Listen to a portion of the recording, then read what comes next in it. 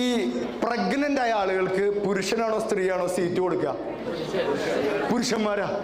സ്ത്രീകള് പ്രഗ്നൻസി കണ്ട് ഗർഭമല്ല, എനിക്കുണ്ടായിരുന്നു 3 എണ്ണം.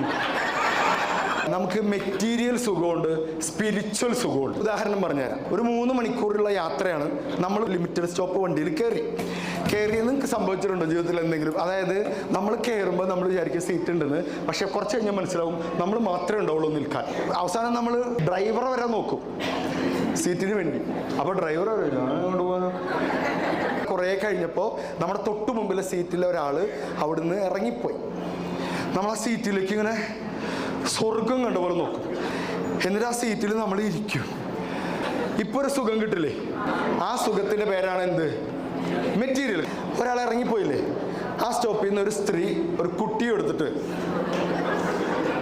നേരെ നമ്മുടെ മുമ്പിൽ വന്നിട്ട് നമ്മളെങ്ങനെ